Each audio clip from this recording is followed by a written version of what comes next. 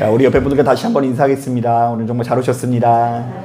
자, 은혜 받기 원합니다. 예, 감사합니다. 여러분, 한 주 만에 겨울이 된 느낌이죠. 오늘 굉장히 쌀쌀한 날씨인데도 불구하고 이 자리에 나오셨는데, 아무쪼록 이 자리에 참석한 저와 여러분들의 심령 가운데 주께서 허락하시는 평안과 기쁨이 함께 하시게 되시기를 주님의 이름으로 축복합니다. 자, 오늘 우리가 읽은 이 본문을 보면 예수 안에서 복 있는 자와 화 있을 자에 대한 언급이 나오는데요. 자, 우선 20절부터 22절을 보니까 가난한 자들이나 굶주린 사람은 복이 있다, 행복하다 하고요. 자, 그리고 무엇보다 예수님 때문에 사람들에게 멸시천대를 받고 욕을 먹는 자는 복이 있다, 행복하다라고 말합니다. 자, 이에 반해서 24절부터 26절을 보면 화 있을 자, 불행한 자에 대한 언급이 나오는데요. 부유한 사람이나 배불리 먹는 사람은 화가 있다, 불행하다 하고요. 또한 모든 사람에게 칭찬만 받는 사람들도 역시 화가 있다, 불행하다라고 정의하고 있습니다. 자, 그런데 여러분들은 바로 이 말씀을 들으면 어떤 생각이 드시나요? 자, 성경이 제시하는 복된 자의 삶과 화 있을 자의 삶 중에 여러분들은 어떤 삶이 더 매력적으로 느껴지세요? 우리 솔직하게 한번 얘기해 보자는 거예요. 자, 솔직히 말하면 하나님을 믿는 우리들이 이왕이면 남들보다 잘 되고 형통해야지, 남들보다 배고프고 가난하게 살게 된다면 별로 예수 믿고 싶어요, 안 믿고 싶어요? 차마 얘기 못 하겠죠. 우리가 그렇다고 한다면 별로 예수를 믿고 싶지 않을 것 같다는 생각이 듭니다. 자, 저는 지금으로부터 약 17년 전에서 18년 전에 인도로 단기 선교를 간 적이 있는데요. 자, 그 인도에 도착하자마자 이제 캘커타라는 도시에 이렇게 내리게 되었는데요. 이제 큰 충격을 받은 사건이 있었어요. 한 번은 이제 너무나 앳돼 보이는 한 소녀가 이제 아기 엄마예요. 이 등에다가 갓난 아기를 들쳐업고 지나다니는 여행자들에게 이 국어라는 모습을 보는데 제가 거기에 꽂혀가지고 눈물이 팍 터졌어요. 그 어린 소녀, 한 중학생밖에 안 돼 보이는 그 소녀가 막 이렇게 한 손으로는 엉덩이 쪽에 이렇게 포대기 같은 거를 들쳐업고 35도가 넘는 무더운 날씨에 그 꼬질꼬질한 모습으로 이 사람 저 사람에게 손을 내미는데 그 모습이 그냥 얼마나 서글프고 속상하고 아프게 느껴지는지 저도 모르게 눈물이 복받쳐서 선교사님이 만류하는데도 불구하고 먹을 것을 이렇게 한가득 주면서 정말 마음으로 정말로 기도해 줬던 기억이 나요. 하나님, 이들이 충분히 먹고 마실 수 있도록 인도하여 주옵소서. 자, 저는 목회하면서 또한 여러 가지 현실적인 문제로 인해서 성도님들의 어깨 위에 얼마나 무거운 짐들이 한가득 놓여 있는지를 너무나 잘 알고 있습니다. 저마다 물질적인 걱정과 근심을 가지고 그야말로 하루하루 치열하게 사시는 분들이 많이 있는데요.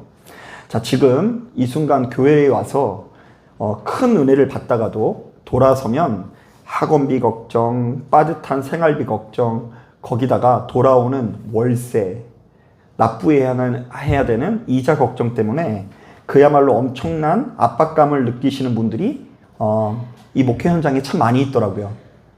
자, 그렇다 보니 저도 역시 우리 성도님들을 위해서 이렇게 기도할 때가 많습니다. 하나님, 우리 성도님들에게 물질적인 복을 내려 주시옵소서. 그리고 한 번은 최근에 그 제자훈련이 이렇게 그런 모임이 있었는데 제자훈련 모임이 끝난 다음에 혼자 남아서 이제 기도하는데 어떤 마음이 드냐면요. 하나님, 제발 좀 돈벼락이라도 좀 저에게 주셔가지고 제가 우리 성도님들 가지고 있는 부채를 좀 해결하게 해 주시옵소서, 이런 마음이 들 정도로 이렇게 그런 이 삶의 무게를 많이 공감하고 있습니다.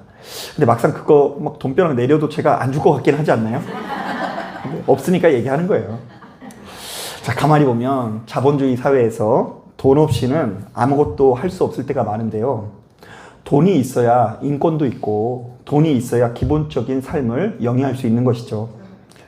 자, 이런 상황 속에서 가난하고 배고픈 것이 행복이고 배부르고 부유한 것이 불행이라고 한다면 오늘날 우리들은 솔직히 말하면 크게 공감하기 어려울 것 같다라는 생각이 듭니다. 자, 그래서 어떤 분들은요, 오늘 우리가 읽은 본문을 묵상하면서 이런 반응을 보였다고 합니다. 놀고 있네. 나는 이 땅에서 가난하고 굶주리고 수치를 당하면서 누린다는 행복보다 차라리 이 땅에서 잘 먹고 잘 살고 떵떵거리다가 차라리 불행한 삶을 살고 싶다. 자, 그런데 오늘 우리가 읽은 본문을 제대로 이해하기 위해서는 본문의 전후 문맥을 좀 충분히 고려해야 되는데요. 자, 말씀을 보니까 어떤 내용이 나옵니까? 자, 먼저 누가복음 5장을 보니까 예수께서 당시 기준으로 볼 때 유독 부정하고 천하다라고 알려져 있는 사람들을 집중적으로 고쳐주신다거나, 자, 그들과 친밀하게 교제하면서 어울리는 이야기가 나오는데요. 자, 일단 나병 환자와 중풍병자들을 저주받았다라고 하지 않고 고쳐주시고요. 심지어 5장 27절부터 32절을 보니까 당시 시대 가운데 가장 천박하고 가장 이 못난 사람으로 알려져 있는 이 세리들을 자신의 제자로 삼고 그의 집에 가서 먹고 마시는 장면이 나옵니다. 자, 그런데 바리새인들과 서기관들은 바로 이런 예수님께 곧바로 문제 제기를 하죠. 너희가 어찌하여 세리와 죄인과 함께 먹고 마시느냐? 너희가 만일 거룩한 하나님의 백성이라면 저렇게 더럽고 못난 자들과 어울리지 말라. 자, 그리고 계속해서 누가복음 6장에도 이와 비슷한 내용이 나오는데요. 예수님의 제자들이 안식일 날 배가 고파가지고 밀밭을 지나다가 이삭을 잘라 손으로 비벼서 먹으니까 이번에도 바리새인들은 어찌해서 이 안식일 날 이 같은 행동을 하냐면서 딴지를 걸고요. 또한 예수께서 안식일 날 손이 마른 자를 고쳐주시니까 저런 예수, 안식일의 규례를 이 망가뜨리는 예수를 어떻게 처리할지를 논의했다고 합니다. 자, 그런데도 불구하고 주님께서는 병든 자들과 귀신자들을 아랑곳하지 않고 그리고 그들을 외면하지 않고 끝까지 고쳐주시게 됩니다. 자, 그렇다면 자, 본문의 전후 맥락을 고려해 볼 때 여기까지의 내용을 이렇게 요약해 볼 수 있을 것 같아요. 한번 따라해 보겠습니다. 더럽고 고난받는 자들은 예수를 만나 고침을 받았다. 한번 따라하겠습니다. 거룩하고 부유한 자들은 예수를 정죄하고 판단하기 일쑤였다. 자, 그런데 우리 주님께서는 바로 이 두 부류의 사람들을 보시고는 이렇게 판결하십니다. 가난하고 배고프고 고난 중에 있을 때라도 예수를 만나 교제하는 자는 복되다. 행복하다. 그러나 설령 이 세상에서 부유하고 배부르고 잘 나가는 사람일지라도 타인을 정죄하고 판단만 하고 예수를 배척하면 화가 있을지어다. 불행하다. 자, 이것을 엄연히 따졌을 때 사실은 하나님께서 우리의 재판장 되신다라는 것인데요. 이른바 최후 판결은 하나님께 달려있으니 우리가 주변에 있는 사람들에게 인정받고 칭찬받는 것보다 사실은 하나님께 인정받고 칭찬받는 것이 훨씬 더 중요하다라는 것입니다. 자, 그러므로 예수 믿는 우리들은 주변 사람들에게 어떻게 보일지, 주변 사람들이 나를 어떻게 생각할지 그들의 시선에 지나치게 좌우되지 말고 오로지 누구만 바라보라고요? 하나님만 바라보라는 것이죠. 실제로 우리 주님께서는 바리새인들의 험악한 공격 앞에서 그들의 시선 따위는 아랑곳하지 않고 이렇게 말씀하십니다. 내가 안식일의 주인이다.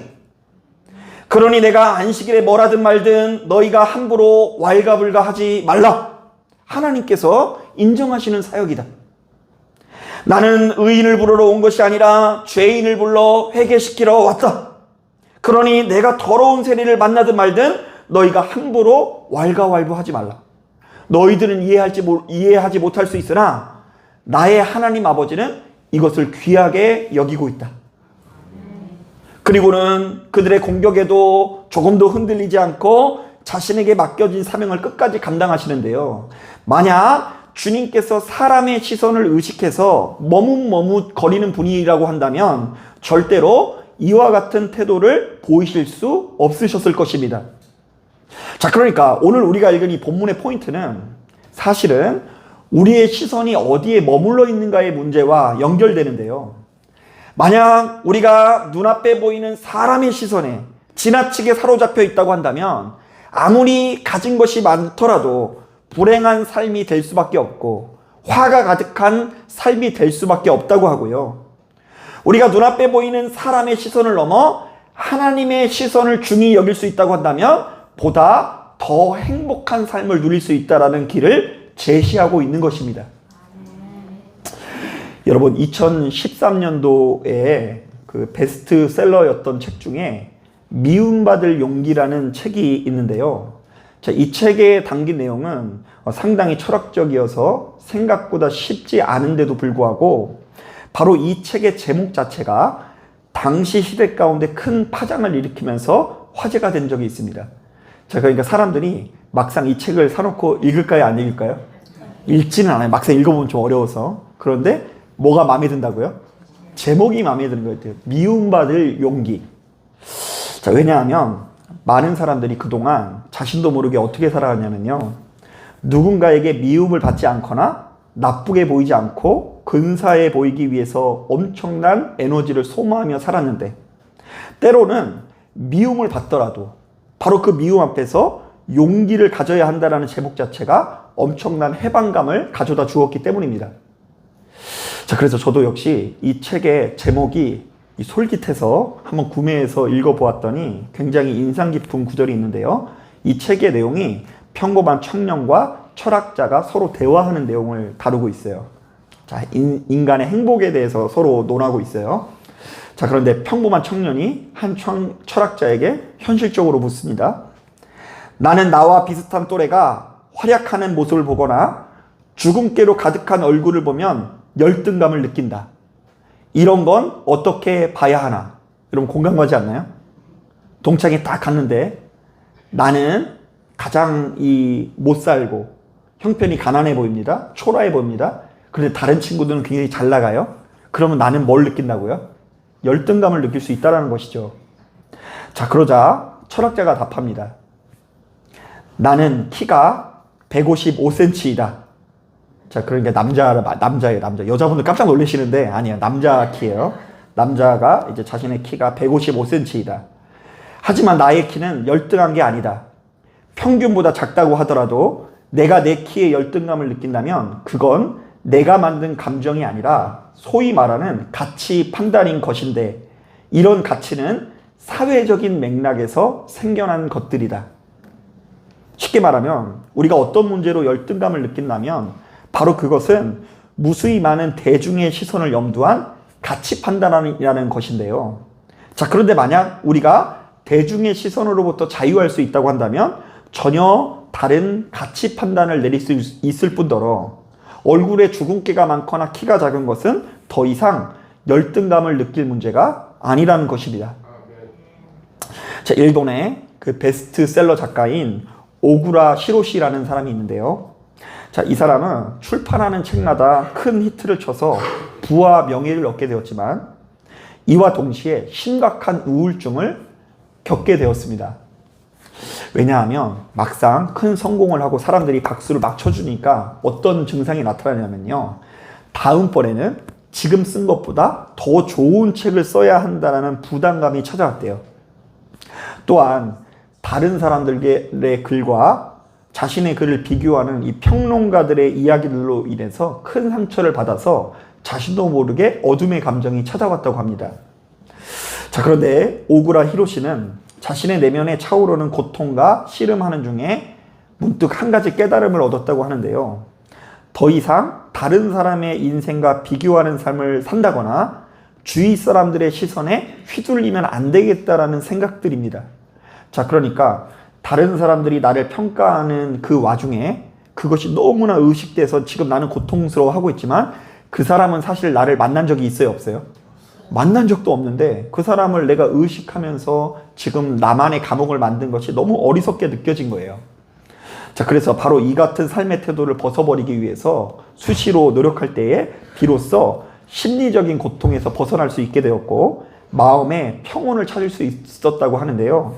바로 이러한 경험을 살려 또 다른 히트작 비교하지 않는 삶이란 책을 출판하기도 했습니다.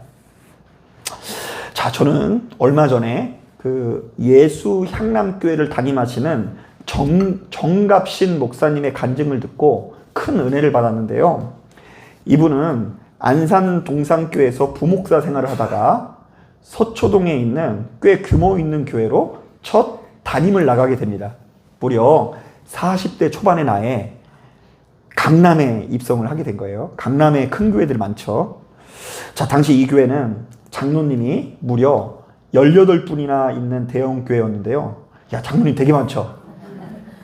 그러니까 여러분들이 잘 아는 것처럼 이 18명의 장로님이 있는 게요, 마냥 좋은 것만은 아닌데요. 이 18명의 장로님들이 40대 초반에 불과한 목사님을 다 마음에 들어 할 리가 없죠. 자, 그래서 자기가 부임하자마자 이 장로님이 2개로 갈라졌는데 15명의 장로님은 자기를 지지했지만 3명의 장로님은 목사님을 아주 강하게 배척하게 되었다고 합니다. 자, 그러면 사실은 이 15명과 함께 어울리면서 이 3명을 끊임없이 품으면서 가야 되는데, 자, 그러나 이 새로 부임한 정갑씨 목사님은 젊은 혈기에 처음으로 이제 담임 목회를 나가는 거잖아요. 그래서 자신을 배척하는 장로님들 앞에서 뭔가 좀 보여주겠다라는 생각에 사로잡히게 되었고, 하여튼 교회에 그 어마어마한 시스템을 동원해서 행사와 행사를 벌려서 한 해 동안 수백 명이 등록하는 성과를 거두게 됩니다. 제주도 좋아요, 그죠? 한 해 동안 수백 명이 이제 그 교회에 등록을 한 거예요. 자, 그러면 이제 이 목사님의 목회가 술술 풀렸을 것 같죠? 그런데 이게 웬일입니까? 목사님께서 이렇게 대단한 성과를 냈음에도 불구하고 목사님을 배척하는 성도님들의 숫자가 더 늘어나는 거예요. 그리고 목사님을 하려고 하는 사역마다 도리어 반대하는 목소리가 커집니다. 야, 성과를 냈는데, 이 교회가 20년 동안 변화가 없는 교회였는데 자기가 와서 수백 명의 새신자가 생겼어요. 그런데 그것을 아무도 인정해주지 않는 거예요. 자, 그러자 이 정갑씨 목사님은 이 모든 상황에 크게 분노하게 되었는데요. 이른바 자신이 대적자들보다 더 크게 분노하여 그들을 꺾으려 하고 대립하고 이른바 교회 안에서 엄청난 전쟁이 이어지게 됩니다. 자, 그러니까 참 이게 대조적이죠. 교회는 계속 부흥하고 있어요. 엄청 커져요.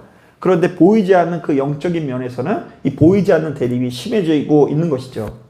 자, 이때 목사님의 머릿속에는 수시로 이런 생각이 앞섰다고 합니다. 왜 나를 이해하지 않지?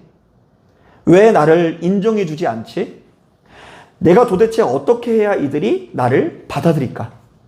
자, 그러다가 눈만 감으면 참을 수 없는 분노가 치미는 가운데 머리에 어떤 작동 회로가 고장이 나서 무려 한 달 동안 조금도 잠에 들지 못하는 상태에 이르게 됩니다. 한 달간 잠을 못 잤대요.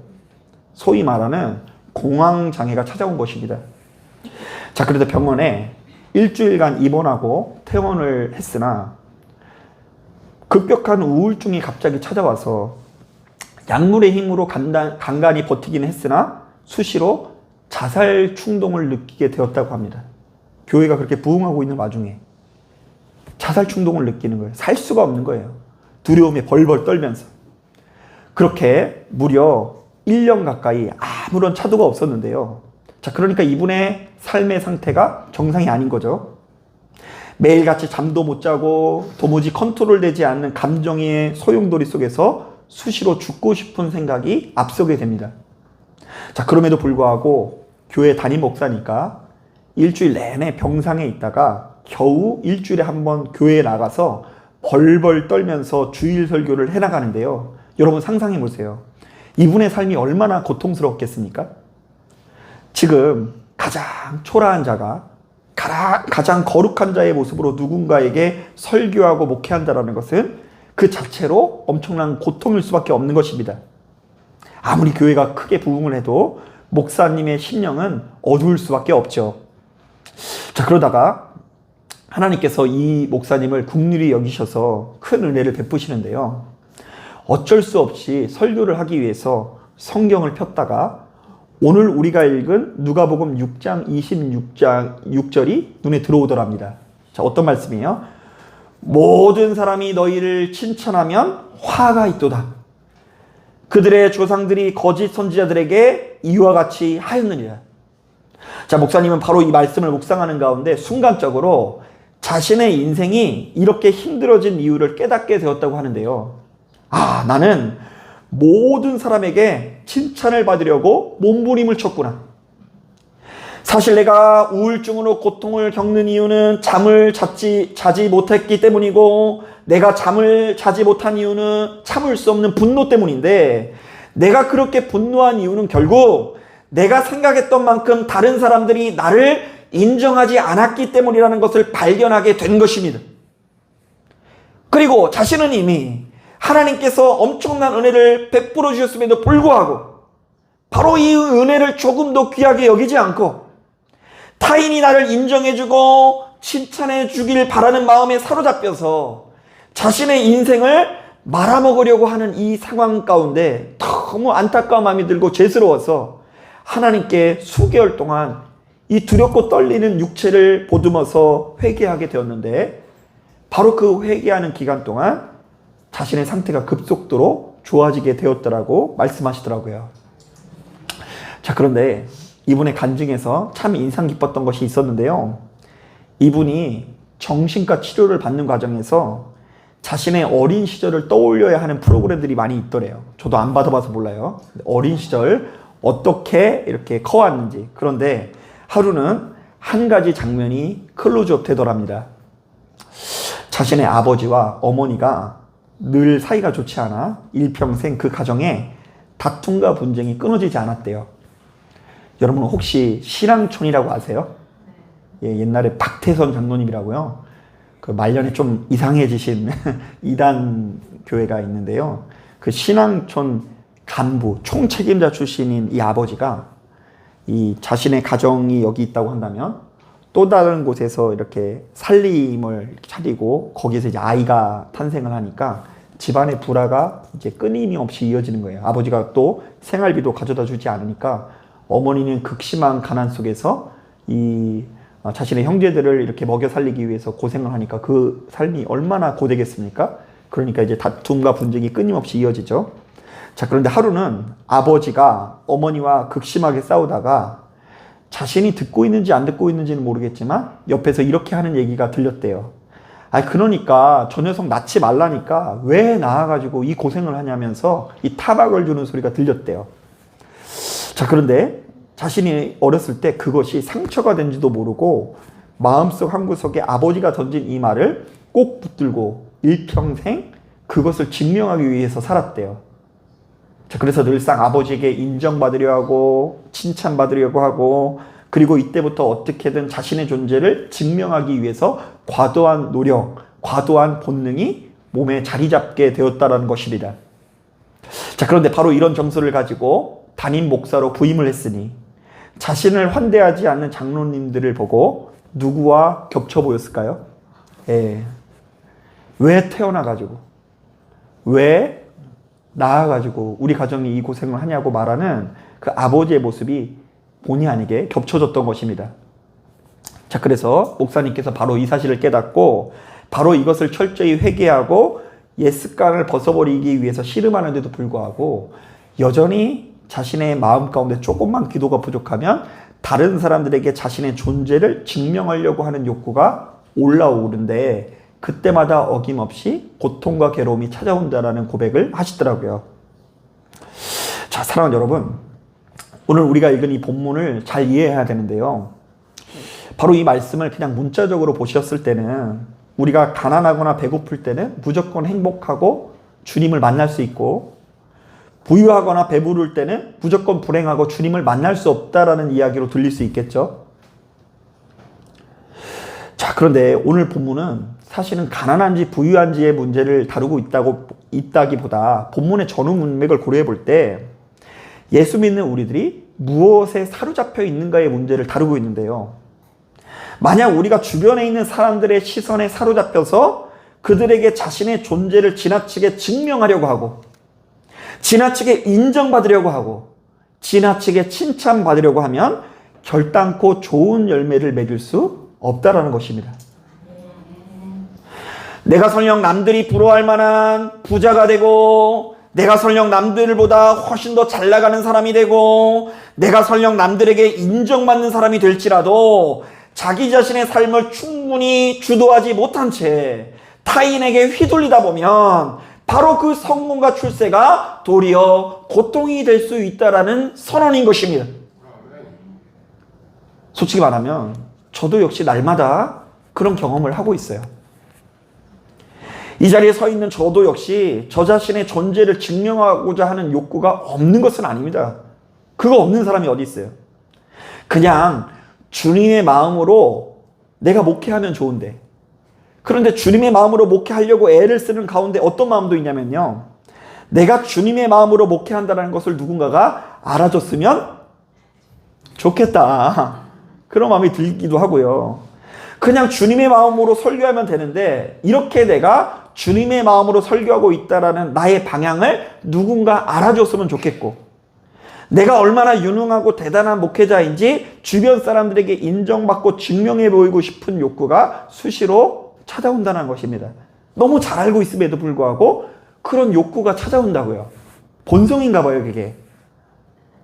그리고는 내 자신이 만든 그 기준에 충족되지 않았을 때는 저 스스로 얼마나 절망하고 실망을 한 경험을 가지고 있는지 몰라요.